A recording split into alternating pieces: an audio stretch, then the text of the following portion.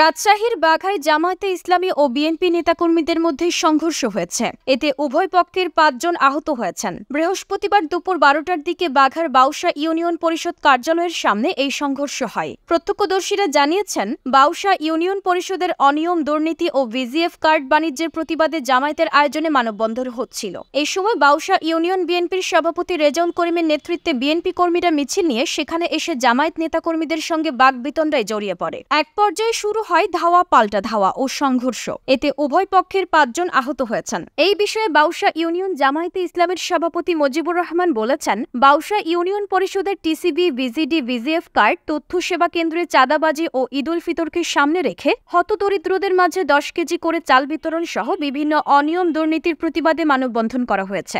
Bausa union বিএনপির সভাপতি রেজাউল করিম ও সাধারণ সম্পাদক নাসির উদ্দিন তার সমর্থিত লোকজন নিয়ে মানববন্ধনে বাধা দিয়ে হামলা করে। এতে দুই পক্ষের মধ্যে উত্তেজনা ছড়িয়ে পড়ে এবং উভয়ের মধ্যে হাতাহাতি ও ধাওয়া পাল্টা ধাওয়া শুরু হয়। এই বিষয়ে বাউসা ইউনিয়ন বিএনপির সাধারণ সম্পাদক নাসির উদ্দিন বলেছেন, আব্দুর রহমান ২ মাস আগে প্যানেল চেয়ারম্যান ১ নির্বাচিত হয়েছেন। এর মধ্যে কি অনিয়ম করলেন যে এই নিয়ে তাদের মানববন্ধন করতে হবে? তাদের ব্যানার কেড়ে নিয়ে মানববন্ধন না করার জন্য অনুরোধ করেছি। এই বিষয়ে বাউসা ইউনিয়ন পরিষদের প্যানেল চেয়ারম্যান আব্দুর রহমান বলেছেন, ইউনিয়ন পরিষদের বিরুদ্ধে আনীত অভিযোগের কোনো সত্যতা নেই। প্রশাসন কোনো অনিয়ম পেলে পদ থেকে সরে যাব। ষড়যন্ত্র করে ইউনিয়ন পরিষদের দায়িত্বপ্রাপ্তদের মান ক্ষুণ্ণ করার চেষ্টা করা হচ্ছে। বাঘা থানার ভারপ্রাপ্ত কর্মকর্তা আফম আসাদুজ্জামান বলেছেন, খবর পেয়ে পুলিশ ঘটনাস্থলে গিয়েছিল। মানববন্ধনকে কেন্দ্র করে উত্তেজনার সৃষ্টি হয়। সেখানে মারামারির তেমন কিছু পাইনি। এই নিয়ে এখনো পর্যন্ত কেউ কোনো লিখিত অভিযোগ করেননি।